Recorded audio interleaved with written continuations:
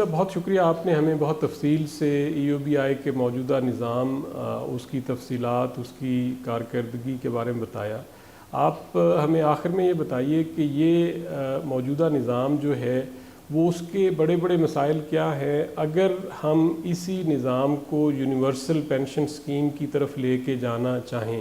کیا موجودہ نظام کے اندر ہی ہم کچھ ایسی تبدیلیاں کر سکتے ہیں کہ یہ پاکستان کے میجورٹی جو امپلائیز ہیں، شہری ہیں، ان کے لیے یونیورسل پینشن اسکیم مہیا کر سکتا ہے، یا ہمیں کوئی اور آلٹرنیٹیو ارینجمنٹس بھی کرنے چاہیے تاکہ ہم میکسیمم لوگوں تک اگلے 5 سے 10 سال میں یونیورسل پینشن اسکیم لے کے جا سکیں؟ جیسا کہ ہم سب کو علم ہے کہ پاکستان میں اس ریجن میں ایکسپیکٹنسی آف لائف پاکستان میں سب سے کم ہے، 67 ایئرز ہے، ملیشیا میں 76 ایئرز ہے۔ اس کی ایک بڑی وجہ یہ ہے کہ ہماری بڑی عمر کے لوگ جو ہیں ان کو جو منیمم سوشل پروٹیکشن ملنی چاہیے، ہیلتھ کے حوالے سے، نیوٹریشن کے حوالے سے منیمم انکم جو ہے وہ ہمیں مہیا نہیں ہے۔ تو کس طرح ہم اپنے نظام کو ری ویمپ کریں، گرو کریں کہ یہ پاکستان میں یہ جو بہت بڑا مسئلہ ہے کہ ہمارے لوگوں کا بڑھاپا جو ہے وہ بہت انسیکیور اور بیماری اور شارٹ ہوتا ہے، یہ ہم اس کو تبدیل کر سکیں، اور یہ جو ساری زندگی کی لوگوں کے ذہن میں بہت زیادہ سٹریس رہتا ہے کہ میرے بڑھاپے میں میرا کیا بنے گا، اس سے بھی انہیں آزاد کر سکیں۔ دیکھیں ڈاکٹر صاحب، پہلی بات تو یہ ہے کہ میں ذاتی طور پہ ہمیشہ یہ پروموٹ کرتا ہوں، اسٹرانگلی پروموٹ کرتا ہوں کہ ہمارے جو بھی ادارے ہیں، چاہے وہ وفاق میں ہو، چاہے صوبوں میں ہو، ان میں ہم آہنگی کریٹ کرنے کی کوشش کی جانی چاہیے، کیونکہ امپلائر کے لیے سب سے بڑا مسئلہ یہ ہوتا ہے کہ مختلف اداروں کو سے ہینڈل کرنا۔ مقصد اگر ہم یہ جو ہے وہ سوشل پروٹیکشن کے حوالے سے دیکھیں تو سوشل سیکیورٹی پر صوبائی لیول پہ پورا الگ محکمہ ہے جن کے لوگوں کو ان کو ہینڈل کرنا پڑتا ہے، وہاں پہ وہ جو ہے وہ 5% یا 6% ویج کی کنٹریبیوشن دیتے ہیں۔ پھر وفاق کی لیول پہ جو ای او بی آئی ہے اس میں 5 سے 6%، 5% عاجز دیتا ہے، 1% امپلائی کا ہوتا ہے، تو اگر ان کو ملا لیں تو یہ 11-12% کنٹریبیوشن امپلائر یا امپلائی کی طرف سے سسٹم میں آ رہی ہے۔ اب کوشچن یہ ہے کہ کیا اس لیول پہ یہ ساری چیزیں سسٹینیبل ہیں؟ تو میرا خیال ہے میرا جواب ہوگا کہ یہ نہیں ہے۔ اس کی وجہ یہ ہے کہ یہ شاید آج اس لیے سسٹینیبل ہیں کہ اس کے بینیفیشیریز بہت کم ہیں، لیکن جب ہم ایک پبلک اویئرنیس کی طرف جائیں گے، زیادہ سے زیادہ لوگ اس اسکیم کا حصہ بنیں گے، تو پھر یہ جو پوری اسکیم ہے یہ اتنی سسٹینیبل شاید نہ رہ سکے۔ تو اس کے لیے اس چیز کی ضرورت ہے کہ ان اداروں کو جو ہے وہ سنکرونائز کیا جائے، آجران کے لیے سہولیات پیدا کی جائیں، ان کو جو اداروں کے لوگوں کی طرف سے جو شکایتیں ہیں ان کو اس سے آزاد کیا جائے۔ اور اس میں تھوڑا الزام آجران کو بھی دوں گا، جیسے میں ای او بی آئی کے حوالے سے آپ کو میں بتا دوں کہ اس میں باقاعدہ ہمارے لاء میں یہ موجود ہے کہ اگر آپ 2 سال کنٹینیوس اپنی جو ہے وہ کنٹریبیوشن پے کرتے رہیں تو 2 سال کے بعد آپ صرف اپنی کنٹریبیوشن کو 10% بڑھا دیں۔ اگر آپ نے 10% بڑھا دیا تو ادارے کا کوئی آدمی آ کے آپ کا آڈٹ نہیں کر سکتا ہے۔ تو اس کا مطلب یہ ہے کہ اگر ایک آدمی والنٹیرلی اپنی پیسے دیتا رہے تو اس کو کوئی آدمی باہر سے پریشان نہیں کر سکتا۔ تو اس طرح کی چیزوں کو جب ہم پروموٹ کریں گے تو میں سمجھتا ہوں کہ جو ہمارے آجران ہیں ان کا ٹرسٹ اس سسٹم میں بڑھے گا، کیونکہ دیکھیں اس چیز سے تو کوئی، اس حقیقت سے تو کوئی اس سے انکار نہیں کر سکتا کہ ہمارے ملک میں چیریٹی دنیا میں سب سے زیادہ ہوتی ہے۔ ہمیں آجر کو یہ باور کرانے کی ضرورت ہے کہ آپ اپنے امپلائیز کو پروٹیکٹ کریں، بھلے اس کو چیریٹی سمجھ کے ہی کریں، بھلے اس کو الدو یہ حکومت کی طرف سے مینڈیٹری ہے، لیکن آپ اس کو چیریٹی سمجھ کے لوگوں کی لانگ ٹرم بینیفٹ کے لیے کنٹریبیوٹ کریں۔ اور میں سمجھتا ہوں کہ اگر آجران کا ٹرسٹ ہمارے اداروں میں ہو تو یہ اتنا بڑا کوئی مسئلہ ہے نہیں۔ ایک اور اس کا ڈاکٹر صاحب جو کمپوننٹ ہے وہ یہ ہے کہ جیسے میں نے کہا کہ یہ 11-12% کی لیول پہ یہ ساری اسکیم سسٹینیبل نہیں ہے، تو اس کے لیے میرا خیال ہے کہ حکومت کا اس میں کوئی کنٹریبیوشن ہونا ضروری ہے۔ اور وہ جس طرح سے یہ ہوتا ہے کہ اگر حکومت یہ کہے کہ جی 2% کنٹریبیوشن کا یا 1% کنٹریبیوشن کا حکومت بھی ڈالے گی تو میرا خیال ہے اس سے ایک بہت گڈ ول کا ایک میسیج بھی جائے گا، امپلائرز کا جو ہے وہ سسٹم میں فیتھ انہانس ہوگا، اور پلس گورنمنٹ جو چونکہ جو اس وقت جو 6,500 روپے پینشن مل رہی ہے، دیکھیں اس کی ایک ایکچوریل کیلکولیشن ہے کہ ہمارے پاس کنٹریبیوشن آ کتنا رہا ہے، ہم پلس جو ہمارے پاس ای او بی کا فنڈ موجود ہے اس میں ہم انویسٹمنٹس کے تھرو کتنا پیسہ کما رہے ہیں،